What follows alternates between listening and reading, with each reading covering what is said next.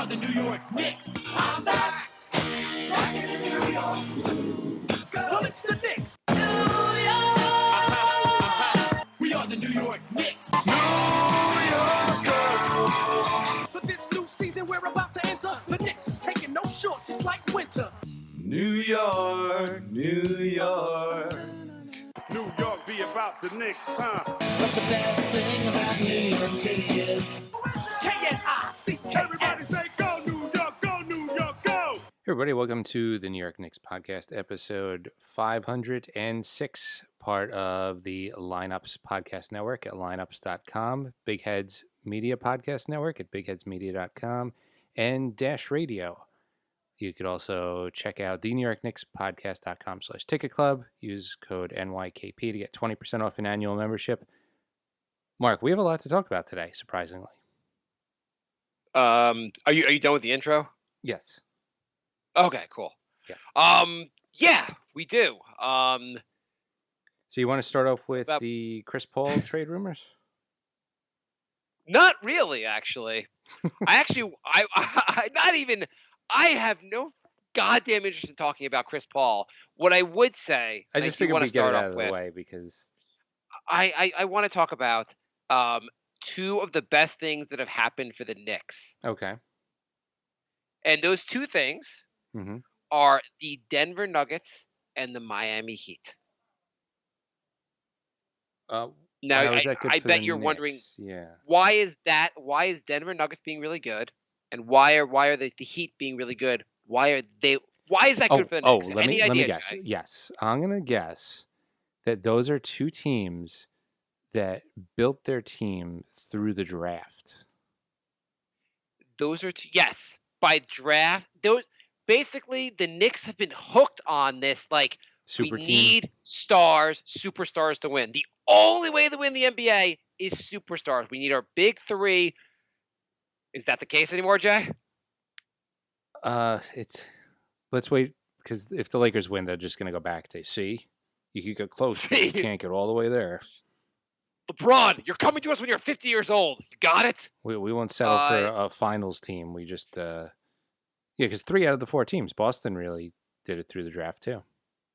Yeah, I mean, they're all teams. Yet, you're right. Boston has also. I mean, they all have sprinkled in free agents, but they're all teams that are built, I guess, quote unquote, right. They're the Heat play absolute team ball. They play team defense. They play their secret sauce. Besides developing players, the Heat, their secret sauce is everyone can shoot. You know what I found weird? Hey. I found this really weird. So you have Bam Adebayo, Tyler Herro, Duncan Robinson, and Kendrick Nunn. They're all, you'd say, good, right? Yeah. How come they didn't need 4 to 5 years to develop? They're young. What happened? I don't know. It's only the Knicks say the guys need 4 or 5 years to develop because the Knicks are not going to spend any time developing those players. So they're like, oh, next year we'll develop them. Next year we'll develop them. At some point in our lifetime, we'll develop Kevin Knox. Every team in the league has young players that contribute right away, but the Knicks nope, he's young. You got to develop him. So actually, about a couple of weeks ago, maybe a week ago, Cleanthony Early, remember him? Yes, he had a bullet in the leg, right? Yeah, he took a bullet to the leg. But he was the early he also second-round played pick. for the Knicks, yeah. He played for the Knicks. He was one of Phil Jackson's first picks. And basically what he came out and said was the Knicks player development was non-existent as far as when he was with a team. And people gave him crap, but hey, this guy, I don't know how good he could have been on another team, but he did play for the Knicks. He saw no effort to really develop players. He's just reporting back what he saw. Don't give him crap. Go, thank you for sharing this. Hopefully the Knicks will fix this problem.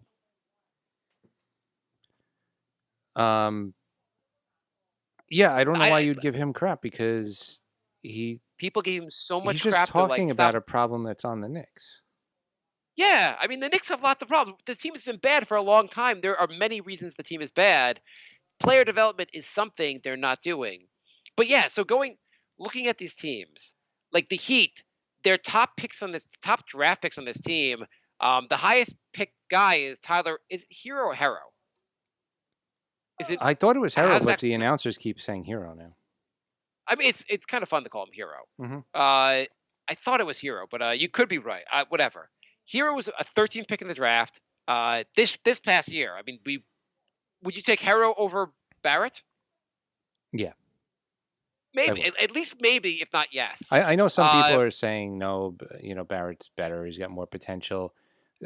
We were talking offline. The way I see it is that Barrett is above average at a lot of things, but he's not elite at anything. And Hero is an elite shooter. I'd rather a player that's elite at something. No, that's a fair point. Either way, Hero is looking very good already.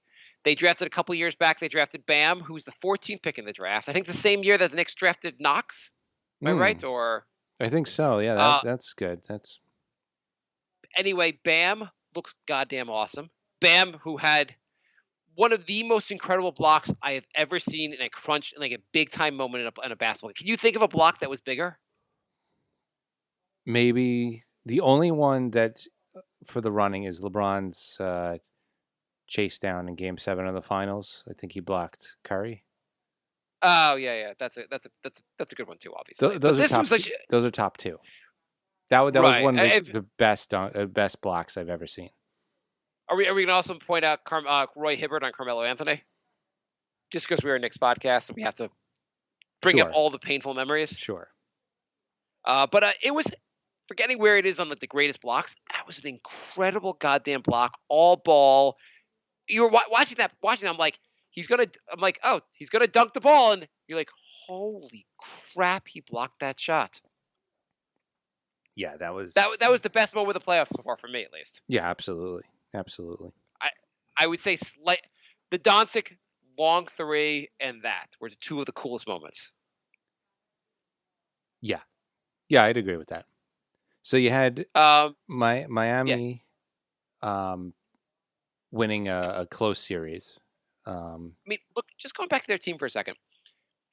You also have Duncan Robinson and Nunn, who are undrafted. You got Jay Crowder, who's playing great, but he's not a like. It's like he's a big time free agent. Like he's just like I think they traded for him, but like he's a solid vet. That's all he is. The problem is the Knicks would get him and try and make him the number one option. I mean, they don't. I'm so hoping they see this. They see Denver, who's really developed a team. In Miami, they brought in one free agent at the end, Jimmy Butler, who's helped like vault him. Like you can bring in. They built a team and they brought in a star free agent to like put them over the top.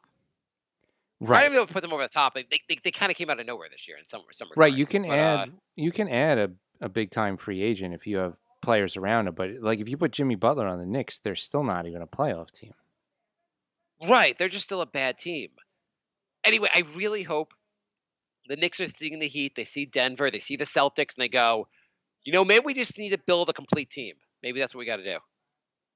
I mean, that seems to be the recipe. Stop chasing stars. Especially if LeBron or Anthony Davis has a bad series, I can't see them beating Denver. They're going to need both of those guys to play out of their minds to win. I think they're going to have a lot of problem with Denver. I mean, who's the Lakers' third best player? Like, okay, you could say LeBron and Anthony Davis are the two best players in the series, but Denver has like the next 6 or 7. Right? I mean, like, it's arguable what's more important, having the two best players or having the next five best players. I guess we'll find out. But wouldn't you say, like, who's the third best player on the Lakers? So who's Danny Green? Not Danny Green. No, it's Kuzma? Kuzma, I guess. I could probably name 5 guys in Denver that are better than Kuzma. Yeah, no, it's no question. The next 5 best players are on Denver. So it's match of nightmares on both sides. Like who's guarding LeBron? Is it going to be I guess who's going to guard LeBron for Denver? They'll probably, I guess, start off with Millsap. You think so? I wouldn't put. I was thinking Jokic Grant. on. I was thinking Grant would. Grant is very athletic. I would think maybe he would guard him. Yeah, it could be Grant. So either way, LeBron's obviously a tough matchup. Anthony Davis, who do you have on Anthony Davis? Maybe Millsap's on Anthony Davis. Tough matchup also. But the reverse, for the Lakers, who guards Jokic? Yeah. Who guards Murray? Yeah. It's going to be a great series. It's going to be a really interesting series. How mad are you if you traded 5 first-rounders for Paul George? You know what George said afterwards? He said it wasn't all or nothing this season. We never thought we had to win this year. I'm like, are you sure you didn't think you had to win this year? Because your team traded everything for you guys. Like, I think they thought you had to win this year. Yeah, they're not a team that's very young that is going to keep getting better. Paul George is 30.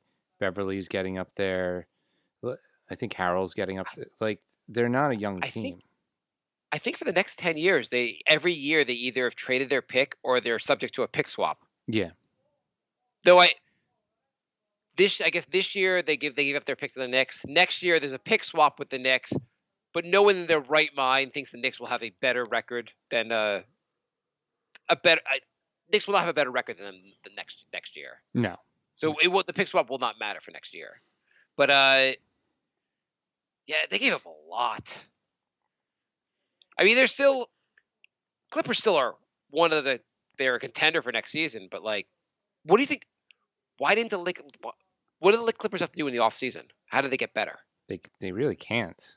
They can make some little tweaks, but like, they're just gonna have.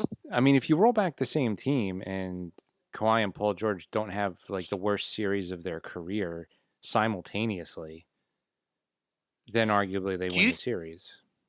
So here's 2 questions. Do you think, one, the Clippers, as much as anyone, were into really resting players? And obviously there's also a break of the season because of COVID. But do you think resting players kind of hurt their ability to this is not my point. I heard this on the radio. But do you think that hurt their ability to develop chemistry? I don't think so. I think because like the Nuggets have been playing together for like the team that there's a lot more consistency of the team. This Clipper team is like pretty much a new team this year. I think they just had a terrible series. Okay. And then the other thing is Clippers have had a number of really good, the Blake Griffin, Chris Paul era, and now this team, and they didn't win, and the one link between the two teams is Doc Rivers. Is Doc the issue? Doc is the only coach ever to have blown 3-1 leads. That's a lot. Really? Yeah. Obviously, this one. Was there one of the Celtics series where he blew 3-1? Yeah, I believe 2010. Oh my god! You think he's a little bit overrated as a coach? He might be. Could be. I don't know. You'd think with all the talent he's had, he'd get it. I mean, also, it's not his fault Paul George played like shit last night. No, but I don't know. Maybe take him out when he's like missing every shot. I don't know. Yeah, you're not taking Paul George out. Whatever you're going to say, I know Paul George played like shit, but you're like, if you're going to live and die with your stars. If they're not playing well, it's hard to take them out also. Yeah. Also, it's not Doc Rivers' fault that Jamal Murray played out of his mind. It is Doc Rivers' fault that they didn't have like a great strategy against Jokic. Yeah. That didn't really help. No, it's just I don't know. When you look at the history of blown leads, it gets a little dubious. You've been talking up the Denver Nuggets for the last 2 seasons, and I have to give you a ton of credit for talking them up because they look awesome. I really thought they were going to lose to Utah. They came back in that series. I think they have a good. Just a correction. 2015, the Clippers blew a 3-1 lead, and then in 2003, he was coaching the Magic, and they blew a 3-1 lead. Oh, okay. As far as the Nuggets, I think they have a very. If you go Nuggets, Lakers, who's your pick? I'm gonna go with Nuggets. I think it's gonna be like I said. The Davis and LeBron have to play perfect series, and they could, but I would put my money on on a team with like 7 guys that can go off at any time. At the end of a game, LeBron more than anyone can take over a game, and that's the X factor for the Lakers. I don't think Anthony Davis as much can take over a game, but LeBron can. I'm going to go with the Nuggets. I'm going to go with your Nuggets in how many games? 7? 6? I think they go. Let's go bold. Let's go 6. Okay, that's fine. I agree with you. The Nuggets are going to the finals. This is going to be a strange and kind of awesome. I have to say, when's the last time the playoffs have been this much fun? Yeah, especially if it's Nuggets Heat, because I just feel like that's 2 teams that were kind of nobody expected them, and they were built kind of traditionally, and I like built the right way, so to speak. Yeah. So that would give me, as much as we have bad blood with the Heat, I don't have anything against any of the players on the current roster, so it would be kind of nice to. I mean, if I had to choose between them and Boston, I would pick the Heat. So I agree with you. As much as I have a disdain for previous Heat teams, this team's a fun team. I don't know how you cannot like them. It is also a fun team, yeah. Both the Nuggets and the Heat are also built on players that can shoot. The shooting on both these teams is ridiculous. The Nuggets regularly shoot like almost 40% from 3 in most of their games. The Knicks should not be allowed to draft anyone who can't shoot. Like, just make it a requirement. Just find anyone who can shoot in this draft, and whoever's not drafted, if you could shoot, you invite them in. You can't shoot, you're off the team. Yeah, they need shooting in the worst way. I mean, it sounds so simple. In the NBA, it'd be helpful? Guys who could shoot. And the Knicks are like, I don't know about this crazy theory. So going to the Heat Celtics, who's going to win this series? Obviously, the Heat won the first game. It went to overtime. These teams are pretty evenly matched. What do you think? Yeah, I think this series goes definitely down the wire. 7 games.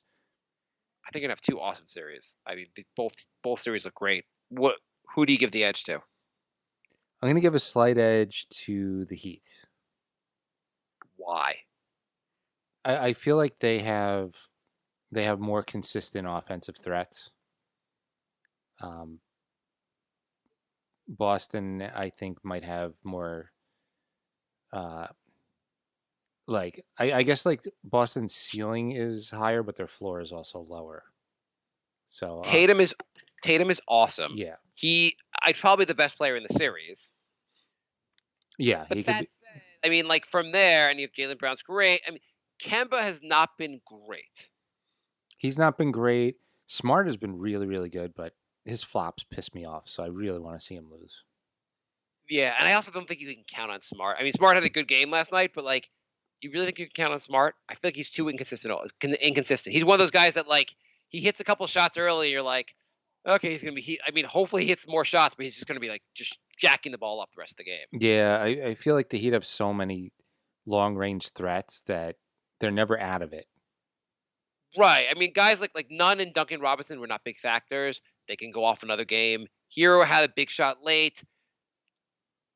I guess like also, I mean, last night's game, like if you're gonna have your closer, Butler or Tatum, who do you like better as a closer? Butler. I would agree with you. Why do you like Butler better? He seems like he just has the confidence of I'm the best player on the court at all times. And for a last shot in a big game, I think you kind of need that. I also think the vet experience makes a big difference here. He's been in the league a lot longer than Tatum has. Yeah, I feel like Tatum's still like, I haven't been here. I'm kind of feeling myself out. Butler's like, yeah, I got this. I mean, if it was a course of a season, I'm going to take one of those two players. I take Tatum over Butler. But to win the game in the playoffs, like last possession, I'm giving the ball to Butler over Tatum. Yeah. I am also shocked that Butler is on such a coherent, well-functioning team after it seemed like he had troubles on his last 2 teams. I mean, Chicago was kind of falling apart. I mean, there were issues beyond him, and Minnesota, he's like, these guys don't play hard enough. Which is, if you're gonna have an issue with someone, if you're gonna have a player who has issues, if it's because the other guys aren't playing hard enough, okay, fine.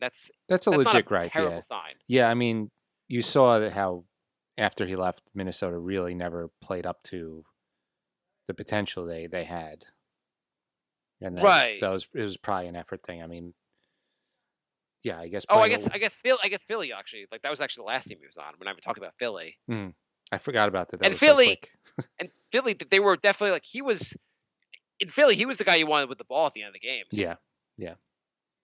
I mean, I'm amazed. Like Dragic, I kind of think of him as being over the hill, but he's still looking pretty darn good. Also, Yeah, he's had a nice career, kind of like an under the radar career.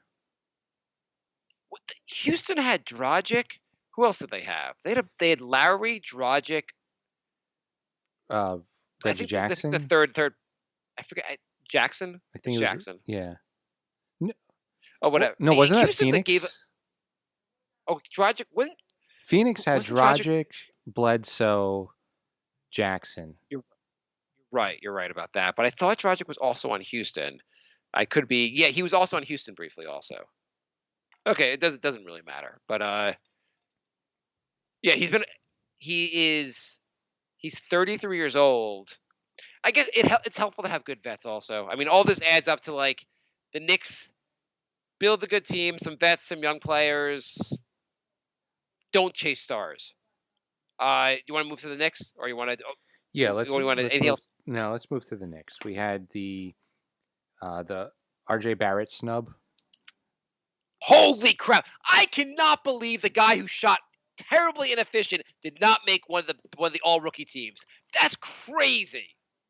The guy who couldn't hit a free throw for his life depended on it did not make the all rookie team. Holy crap! It's the end of the world. Yeah, but there was another guy who made the team who averaged one less point a game.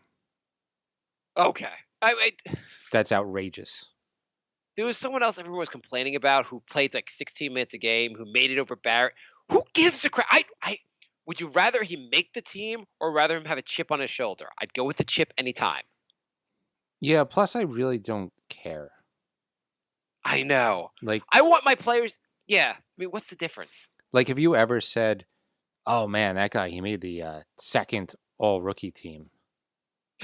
You know, I'm going to talk about my all-time favorite Knicks memories. It was that when Kevin Knox was Rookie of the Month. That was a big deal for me. Eastern Conference Rookie of the Month. Eastern Conference Rookie of the Month. That was such a big.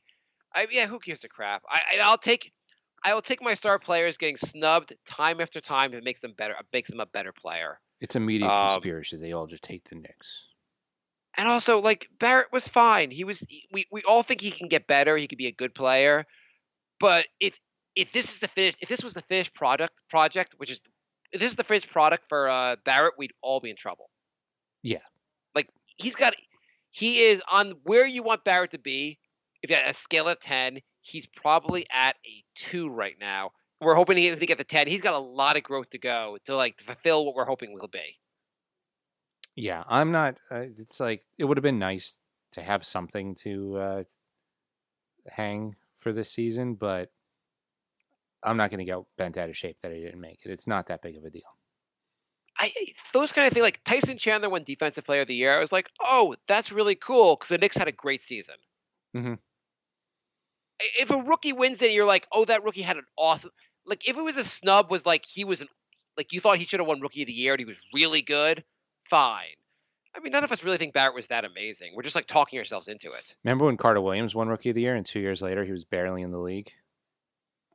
Didn't really matter. Yeah, that's the thing I was thinking of. Like, it doesn't even matter if they win. Like, you want them to be good players in the long term. Remember when Tyreek Evans won Rookie of the Year and didn't have much of a career? I mean, I just want wins. I don't really care about these other awards. Now I got to look up the NBA Rookies of the Year because you're pointing out like some really good ones of the. I probably pointed out the 2 that were like the least meaningful, but still. Yeah, I mean, like looking back, like so Morant won it this year. We feel like he's obviously going to be good. Dontic's obviously amazing. Ben Simmons the year before. Malcolm Brogdon's good. Towns. Yeah, you're right. I mean, do you want Wiggins? He won Rookie of the Year. No, I wouldn't want Wiggins. But yeah, you're right. I mean, for the most part, most of the time, the guys who are Rookie of the Year end up being really good. Yeah. So what else happened? What's else going on in the Knicks world? You want to talk about Chris Paul? Should we move to Chris Paul? Yeah, let's do the Chris Paul trade rumors. Get that out of the way. Okay. I believe the rumor is the Knicks are going to wear a shirt that says "Suckers," and they're going to make a dumb trade. Yeah, why? He's not a piece you need right now. They're not even remotely close to the playoffs. All you're going to do is make him miserable. You're going to make him just miserable. So the rumor there's is... two ways. What's the rumor? The rumor is Randall and Knox, which seems like not nearly enough. Okay, can we you want to... Why don't we do the rumor? I will be OKC. Call me up with your offer. You can be Rose or whoever else in the executive office for the Knicks. All right. Ring ring. Hello. Who's this? This is Leon Rose, and I have a deal for you. Yes, I am going to get. This is going to be awesome. I'm getting a raise for this. Okay, tell me what amazing offer you have. I did, and make sure you throw in like 12 first rounders. Go. Well, I was thinking no first rounders, but have you heard of top 10 pick? Sorry, I hung up. Ring you ring. Can call me back. Ring ring. Okay. Oh yeah. Sorry, something must have happened at the phone. I heard you said no first rounders. No, but I am talking about Eastern Conference Rookie of the Month, Kevin Knox. Oh, okay. So you're going to give us a draft pick to take him off your hands? And Julius Randle. He only makes $18 million a year. Are you just like taking your garbage to our house and dropping it off on our lawn? Sir, that's all we have. I retract that last statement. Oh, okay. I appreciate it. Times are tough for everyone. I appreciate the humor. Do you have any real offers for me? How about the defensive god, Frank Ntilikina? Oh, okay. Do you want like season tickets for him? I was thinking you could throw in Schroeder. Okay, so you give us a first and Ntilikina, and we'll give you Schroeder. Oh, we want Chris Paul too. Okay. You give us 6 firsts plus Ntilikina. We can think about that. Okay. Here's the last package. All right. Okay. Elfrid Payton, Bobby Portis, Frank Ntilikina. I'm not sure these guys are even on your team anymore, but go on. Frank Ntilikina, Kevin Knox. Okay. A 2021 second-round pick via the Hornets, and a 2021 second-round pick via the Mavs. For all we want is Chris Paul. Is it still PC to say the word retarded? You have to say the R word now, sir. Okay. Could you have someone in your household explain to you that you are the R word? Defensive ace and Eastern Conference Rookie of the Month. Both of those players. Okay. So Barrett, Mitchell Robinson, your first this year and another first, and we'll give you Chris Paul. What do you think? Could we throw in another first? You're just going to throw it. Isn't that what I'm supposed to do? I heard the memo said whatever offer we're about to agree on, I have to throw in an extra first because we're the Knicks. Are you sure you're not reading from the days of when the Melo trade stuff? Are you reading an old script? Yeah, that's all we have is an old script. There's no goddamn way the Knicks are like they're not salary dumping Chris Paul. They're looking for assets, or else they'll just keep Chris Paul. So that part of it's not happening, and nothing else makes any sense. Can you explain to me how if the Knicks, one of the worst teams in the NBA, see no value in Julius Randle, why any team would give anything for him? There's one more trade rumor I saw. Oh my God. Ring ring. Am I still OKC? Yeah. So okay. All right. I made the offer a little better. I have to add. Yeah. I've told the guys in the office, no one can stop laughing. We cannot get work done if you're going to say such hilarious trades. I know. Okay? I heard the tone of your voice. I made up a Bill in accounting choked to death. Okay. He couldn't stop laughing. He's dead now. You're setting this stuff. You're killing people with this. Okay. So I made a really good package this time. Okay. All right. Hear me out. Julius Randle, Kevin Oh, God. Knox, Elfrid God. Payton, this year's number 8 pick, and Okay. and a future 2023 first round pick. And we want Chris Paul and Dennis Schroeder. Okay. So basically 2 first round picks for those guys and then just salary filler. Can you Eastern Conference replace Rookie of the Month. Yeah. Could you replace the salary filler with either Mitchell Robinson or RJ Barrett? And maybe we'll do that. So we get this year's pick and the 2023 first round pick. Mm-hmm. We like picks, and we're pretty sure those are both top 10 picks. Well, this next year one's is gonna be a top 10 definitely pick, obviously. Yeah. This year's definitely number 8. This is number 8 pick. So we get a top 10 pick and 2023, and can we have it also protected so if it's not a top 10 pick, we get the following top 10 pick? It's going to be a top 10 pick. I guess I don't need protection. How old's Chris Paul going to be in 2023? I mean, come on. Okay, so that and so you do those two first rounders and Mitch. You doing it? Am I back to Jay or am I Leon Rose? I don't give a shit.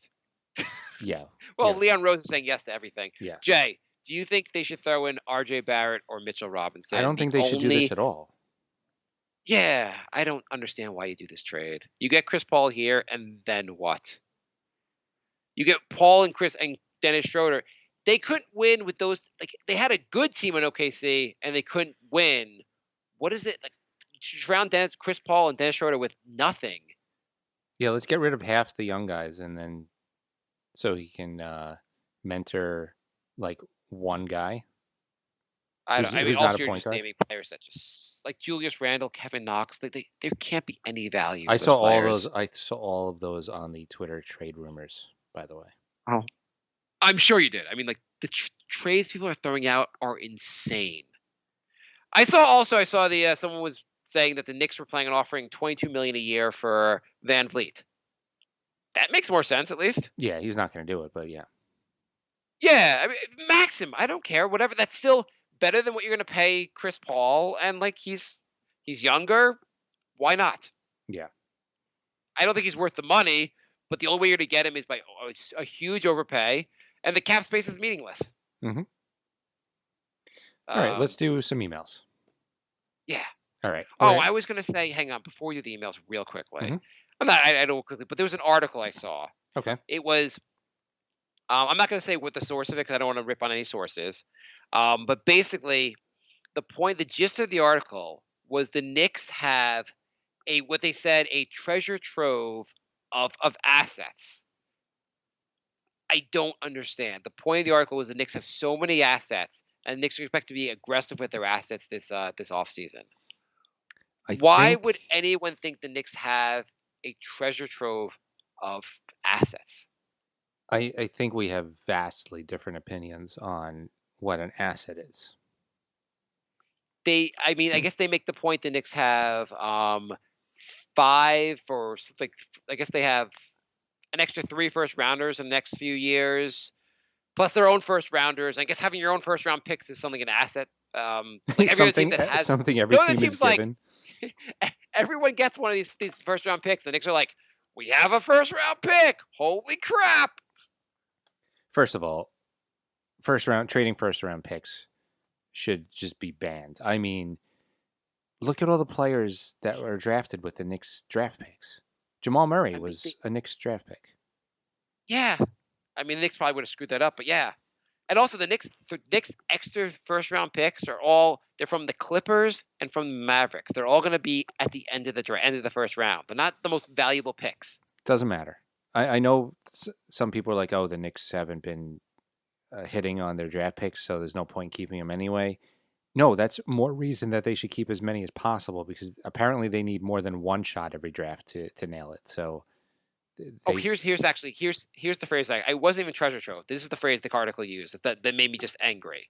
The Knicks have a war chest of assets, including multiple first rounds. A war chest?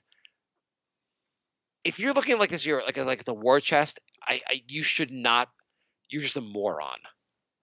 That is, they don't have a war chest.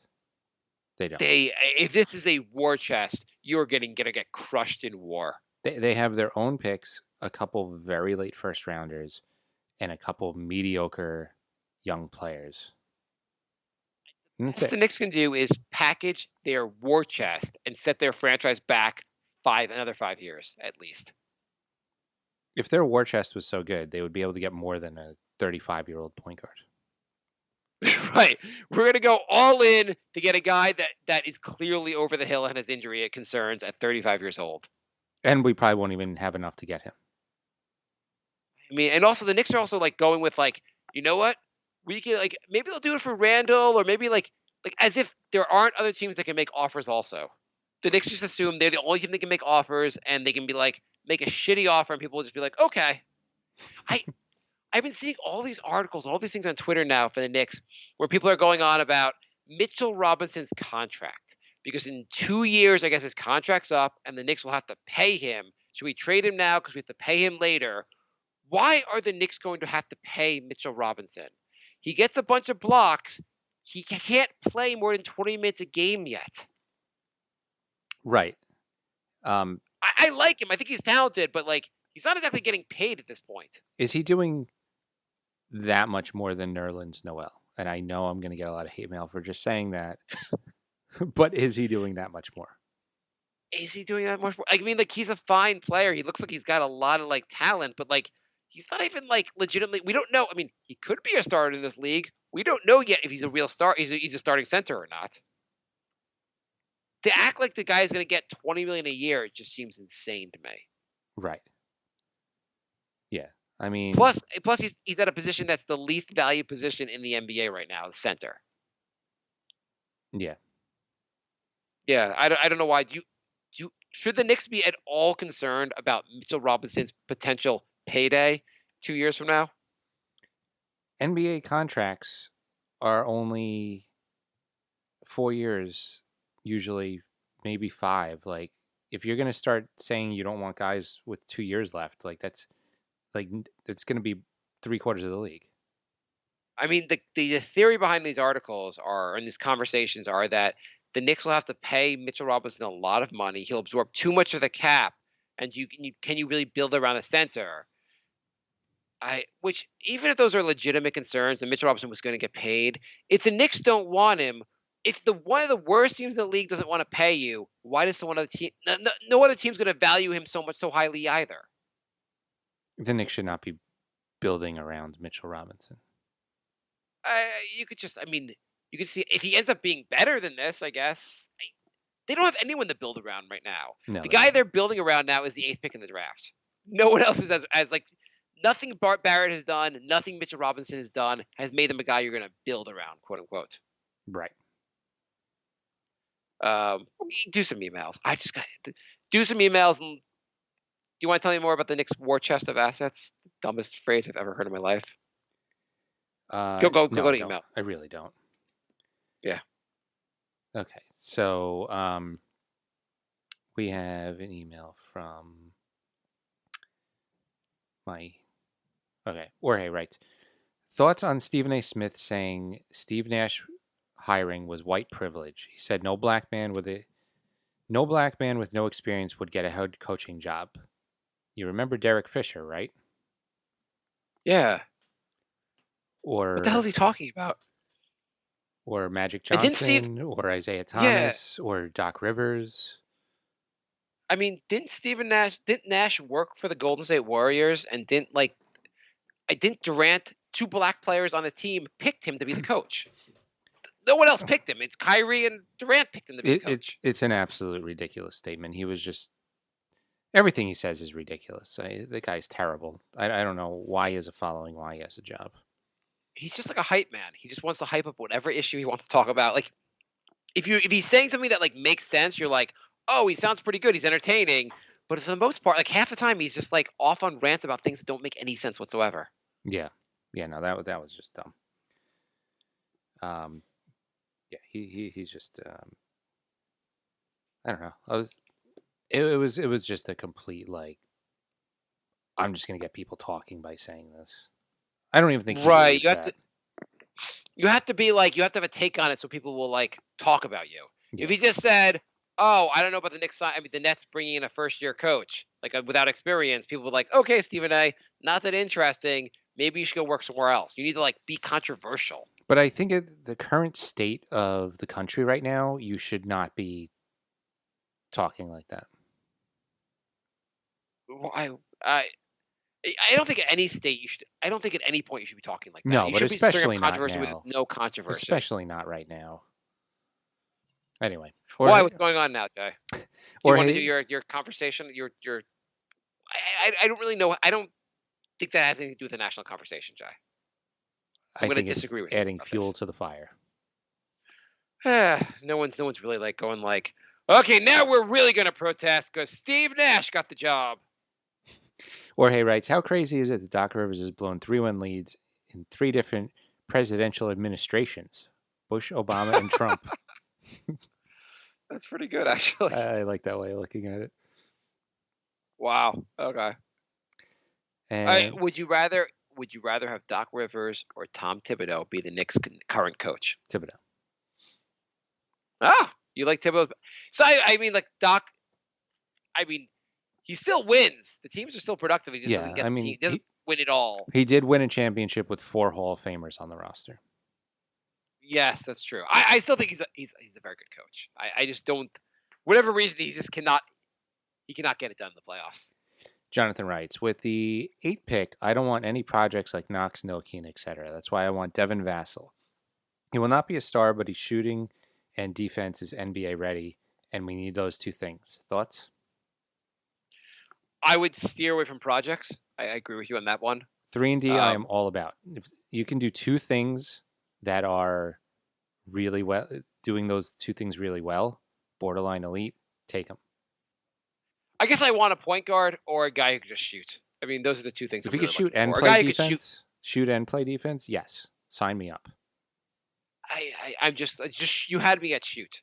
Yeah. I'm down. That sounds good to me. I don't. The Knicks right now currently arguably need 5 starters, potentially 3 starters, depending on what you think, how you feel about Mitchell and Barrett. I mean, I like those guys. How much of a difference do you think the team's going to? How different is the team going to be next year? Not very different. It's going to be a bunch of different role players, and they're going to stink. I'm assuming the Knicks are going to make some like wild attempts at trades, like the Chris Paul thing, and not have it work out. Yeah. How many wins? Not knowing the actual roster, not knowing exactly who we're going to get in the 8th pick. What do you project? A very early projection, Jay. And let's pretend it's an 82-game season. We don't know how long the season will actually be. I'm going to say they win 32 games. Yeah, that's kind of where I see them heading. And that's, Miami went through a complete rebuild and is 3 games from the finals, and they did it in like 2 years? I mean, what the Knicks have to do is do the scouting that Miami does, the player development that Miami does, find guys who are undrafted, just find some guys who are like solid vets that they could excel. The hope is that Tom Thibodeau can make the team play real team basketball, which will make a huge difference. Yeah. All right. One more email. Any other questions? Frank writes, hey guys, you think it's weird that the Knicks follow other NBA teams' accounts on Instagram? None of the other teams follow them back. Love listening to the show. Wow. That's I did not that's just weird. They must just be looking for ideas. They're like, we're not going to play in 9 months. What are other teams posting about? They're just like, hey, how do the other teams get people to really care about that? What are they? They're looking on Instagram to figure out how to develop players. Yeah. I don't know. Check out the Heat's Instagram. Maybe this is their secret to the player development. That's their secret sauce. Facebook? We were asked on Facebook. Let me find the who actually wrote the question. By Patrick said, both of you put forward a genuine trade scenario that would help with whatever it is that they're going to try to do. I know you said you have a real trade scenario for this. Mm-hmm. My real trade scenario for this is just finding a team that's cap strapped, and trying to get assets from them. I would look at Houston, because I feel like Houston might want to unload Westbrook. At the same time, I don't think Houston has any assets left. So I think that would be a tough one because they traded all the assets to get Westbrook in the first place. Who else is in a bad state for cap wise? Who might want to like maneuver and get out of this so they could contend? Well, here's my trade scenario. Okay, just go to your trade scenario. We can go. It's Philadelphia, so that fits in with your cap strapped. Oh yeah, are you going to get the? Okay, go on. I'll jump in, but go on. Okay, so you're taking on Al Horford and his absolutely ridiculous contract, but you're getting a first rounder to get to take that off of their hands, which is like a number 23rd in the draft, say maybe. But you're also banking on maybe Embiid gets injured, or maybe they realize that Embiid and Simmons can't play together, and they trade one of them, or you never know. Something happens. For not to be like it's going to be a 17th, 18th pick at best. But yeah, go on. And you trade Randall and Wayne Ellington. To match to set the salaries. Yes. Why? So I don't think Philly's going to do that only because there's an extra year on Randall's contract. Though it's an option, I guess. No, there's 3 left on Horford, and there's 2 on Ellington and Randall. Right. What I'm saying is Philly's going to expect you to only want 1-year contracts. They want to be off. They want to have these contracts gone faster. They don't want just an extra.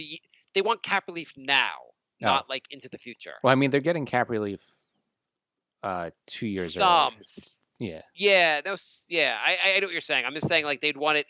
I think they'd want to match up different salaries. Like I don't think you're going to put Randall because he's an extra year. His extra Randall, year I think is a team option. So I think actually that it could match up. Yeah, Randall only has 1 year left. So does Ellington, and Horford has 3. Okay, fair. Yeah. So would I do that trade? So basically, all I'm doing is trading our cap space for a draft pick, a pick around, at best case, 18th pick in the draft. Yeah, I kind of think that's the right move. I think the cap space is meaningless till you get better players. We need more first-round picks. You're not getting a top 10 pick with your cap space. This is the kind of pick you're going to get, so I am totally fine with that. And, like I said, if a couple guys get injured, you never know. Maybe that, and maybe they get lucky in the draft. And I mean, you could cut Horford right away if you don't want to have him on your team, or you could say, hey, he's a really great veteran. He adds a lot more than say he's better than Taj Gibson. You don't need Taj Gibson anymore if you have Al Horford. He'd be a good guy to teach the young players. He'd be a solid vet to have on the team, even though like he doesn't take you anywhere right now. Right, but yeah, I don't know. I want to get extra draft picks, and I think that's one of the few options that they have that they can do that. Yeah, no, I like that move. Is there anyone else? Would you take John Wall for a first round pick from the Wizards? Yeah. Yeah, I would do that too.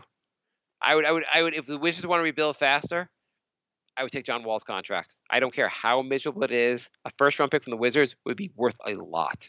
Yeah, it would probably be higher than the Philly one. Yeah.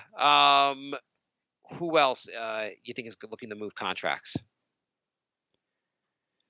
There's not a lot of other teams that have bad contracts and want to move them. Yeah. I guess like I'm looking at so I'm thinking of the Bucks if they want to have any flexibility to sign anyone else because they think they can't get it done with this team. Bledsoe's contract, which is not that terrible, but like he makes $16 million a year. Do you think they want to get rid of Bledsoe's contract and maybe? I don't know if they want to get rid of Lopez also, but those are the 2 bigger contracts that you might consider getting rid of. Yeah, You're not getting rid of I Middleton, took a long look at the Bucks and I couldn't get there with a trade. They trade their point guard and then you give them Randall. Like I don't know, team wise, it didn't seem to make sense for the Bucks. The the Warriors obviously have a lot of money committed, but they're riding with all the players that are basically the only guy, Wiggins. Do you think like the Warriors turn it around, they want to move Wiggins? But I don't think they're going to want to. I think they're going to try Wiggins on the team.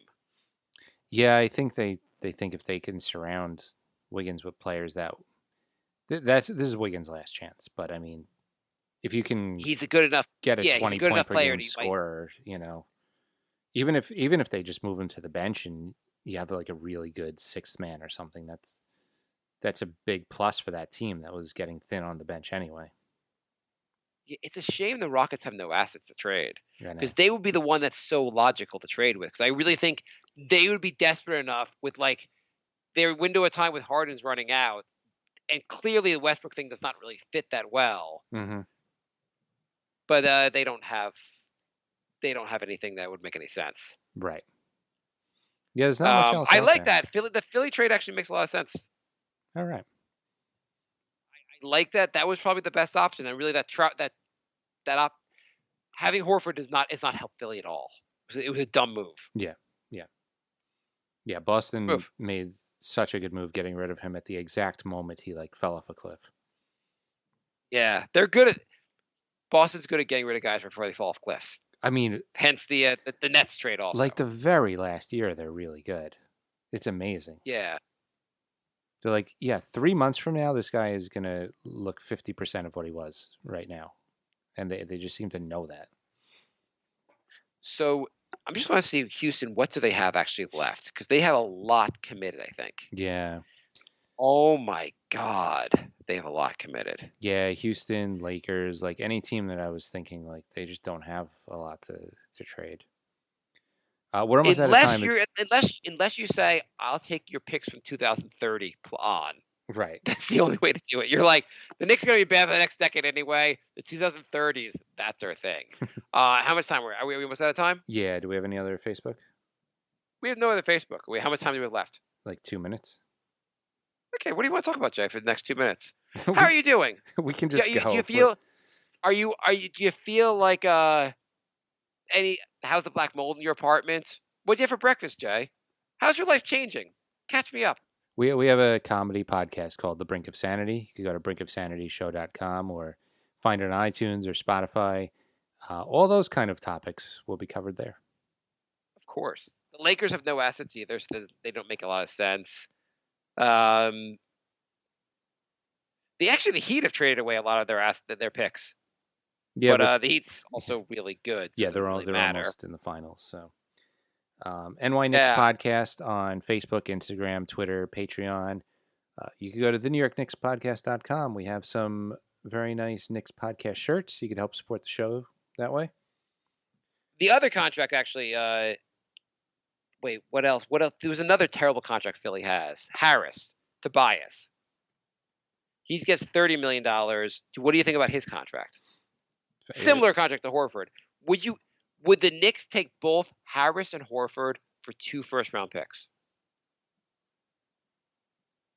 Then you are destroying your cap space for the next. Both those contracts run through 2022-23 season. Would you destroy your cap space over the next few? I mean, Philly, that would be amazing. It's a huge reset. Philly should be willing to give up 3 first-round picks if you'll take both contracts. I was going to say add a third, maybe, but yeah. Yeah, maybe a pick swap. I'm looking. I know that sounds completely goddamn insane, but actually, Philly has a bunch of assets. Yeah. They have a first-round pick from OKC. They have a bunch of second-round picks, I guess, but they don't have a lot going out. A first round, like they have a lot of their own draft picks. Mm-hmm. I don't know, like 2021, 2023, and 2025 first round picks from Philly. If you're Philly, would you do that? I might, because whatever they did this year clearly isn't working, and it's just going to get worse. Anyway, we're out of time. Okay. So thanks for listening, everybody, and we will be back soon. My